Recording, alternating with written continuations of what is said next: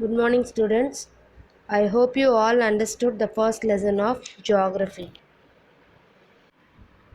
Dear students, before entering into the lesson, please note down all the points which is presented in this video. Then only you can revise and understand the continuity of the lesson. Okay, let's start our lesson. From this section, we are going to learn second lesson of geography, that is climate and natural vegetation of India. In this lesson, we are going to learn about the factors controlling the climate of India, the characteristics of different seasons in India. Next is about rainfall distribution in India, then the different types of natural vegetation and wildlife in India. Let's see the introduction. The weather condition will be vary between North and South India. First, we will see what is weather and what is climate. Weather is short-term condition and climate is average daily weather for an extended period of time at a certain location. Let's see in detail about weather and climate. Weather refers to the state of atmosphere over an area at any point of time. The elements of both weather and climate are same.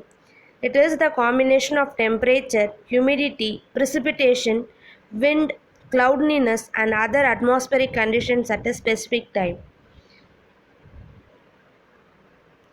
Next is about climate. Climate is the characteristic condition of the atmosphere near the Earth's surface at a certain place on Earth. It refers to the sum total of weather conditions and variation over a large area for a long period of time. It is the long term weather of that area which remains at least 30 years. See this picture for better understanding. Weather will change within few minutes or hours, but climate will take long time to change. Next, we are going to see what are the factors affecting the climate.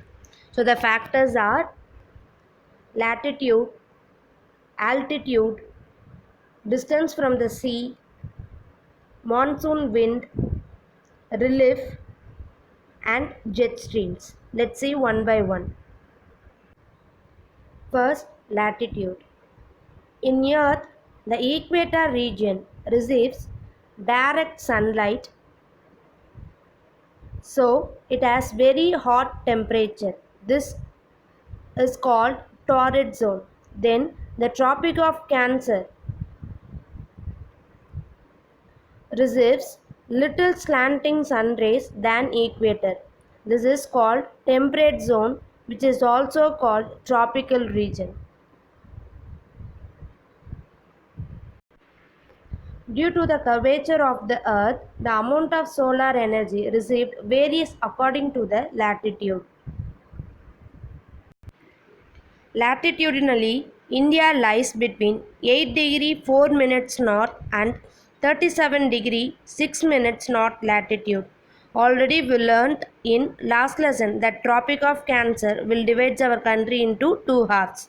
So based on this Tropic of Cancer, our country is divided into subtropical region in north and tropical region in south. See this picture. So based on the Tropic of Cancer, our country is divided into two parts. The northern part is called subtropical region and the southern part is called tropical region. This subtropical region is away from the equator. Therefore, it experiences extreme climate with a high daily and annual range of temperature. Next, in southern part, the tropical region is closer to equator, thus experiences high temperature throughout the year with small daily and annual range. Next factor is altitude. Altitude means height. When the height increases, the temperature decreases. Temperature decreases at the rate of 6.5 degrees Celsius for every 1000 meter of descent. It is called normal lapse rate. Students, it is your important 2 mark. Please note it down. Temperature decreases at the rate of 6.5 degrees Celsius for every 1000 meter of descent. It is called normal lapse rate. Hence, places in the mountains are cooler than the places on the plains. See this picture. As one goes from the surface of the earth to higher altitude, the atmosphere becomes less dense and temperature decreases. The next factor is distance from the sea. It does not cause only temperature and pressure variations, but also affects the amount of rainfall. Air near the coast has more moisture and greater potential to produce precipitation. Due to this fact, the coastal area receives high rainfall. For example, Kolkata region receives high rainfall. Before explains this factor, see this example. If you heat an empty vessel, it heats up quickly and then cools down quickly. If you heat a vessel with water, it heat up slowly and cools down slowly. Like that example, due to the heat produced by the solar energy, sea heats up slowly and cools down slowly like a vessel with water. The land heats up quickly and cools down quickly like an empty vessel. Because of this factor, in summer, cold sea keeps coastal area cooler. In winter, heat is released by the sea, keeping coastal areas warmer than inland. So, the places that are influenced by sea temperature have a maritime climate, that is, wet climate with a small temperature range. Places inland that are not influenced by sea temperatures have a continental climate, that is, dry climate with a large temperature range. Next factor is about monsoon wind. That is the most dominant factor which affects the climate of India. These are seasonal reversal winds, and India remains in the influence of these winds for a considerable part of a year. See this picture. Monsoon means season. So seasonal winds that blow from a particular area towards a particular region in a particular direction. So this monsoon winds is classified into two types, that is southwest monsoon and northeast monsoon. This southwest monsoon blows from sea to land area, and northeast monsoon it's blow from land to sea area. Always this monsoon winds blow from a high pressure area to low pressure area. During winter monsoon, it is blow from land part to sea part. During summer monsoon, it is move from sea part to land part, that is high pressure area to low pressure area. So see this picture. The sun rays are vertical over the central part of India during the mid-June. The summer season ends in India by the end of May. It is because one set of southwest monsoon brings down the temperature of the entire India and causes moderate to heavy rainfall in many parts of the country. So this southwest monsoon only brings rainfall to our country. See the picture. The northeast monsoon blows in the month of October to March, and southwest monsoon blows in the month of April to September. The next factor is relief. Relief means landforms. Relief of India has a great bearing on major elements of climate such as temperature, atmospheric pressure, direction of wind, and the amount of rainfall. For example, Himalayas. For example, Himalayas act as a barrier to the freezing cold wind blows from Central Asia and keep the Indian subcontinent warm. As such, the North India experiences top climate even during winter. The next factor is jet streams. Jet stream is nothing but fast moving wind in a narrow zone in the upper atmosphere. In this video, we can understand the westerly jet stream and easterly jet stream. Jet stream is a fast moving wind between stratosphere and troposphere layer which is located closely to tropopause.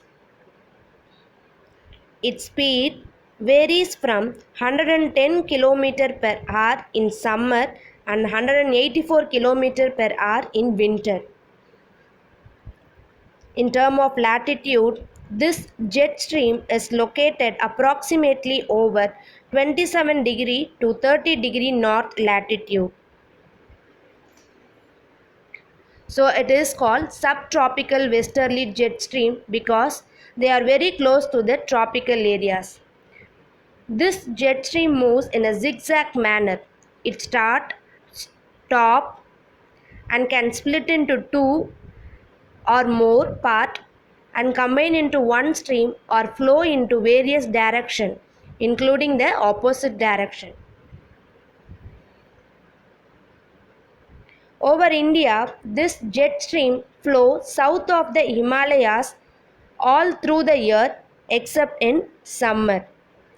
In summer, the subtropical westerly jet stream moves north of the Himalayas because of the movement of the sun. Here, the Tibetan plateau is heated up and develops low pressure area.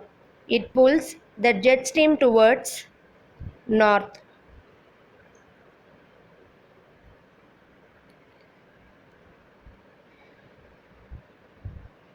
This low pressure area attracts the adjacent wind.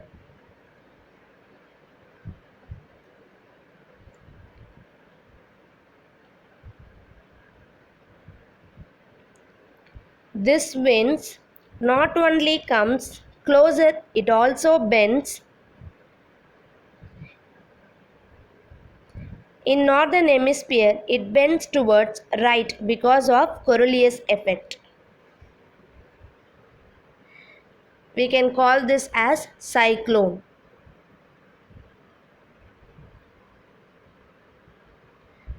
In this region, the wind moves in anti-clockwise direction.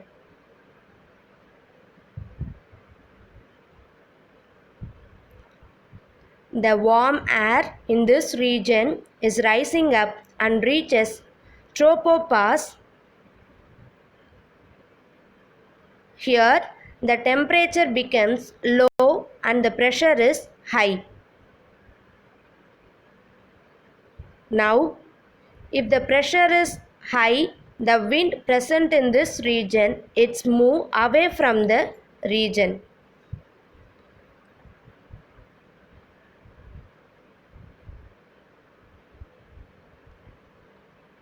As the wind moves towards northern hemisphere, it bends to right. It is not only bend, also rotates in clockwise direction, which is called anticyclone. The cyclone move in a anti-clock direction and anticyclone moves clockwise direction.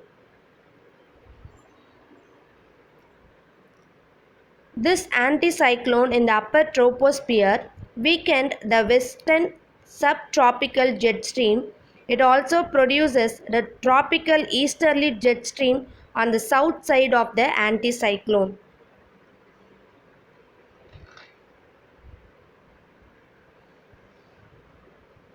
Now, this western subtropical jet stream divided into two. One moves in the northern part of the Tibetan plateau and other moves in southern part.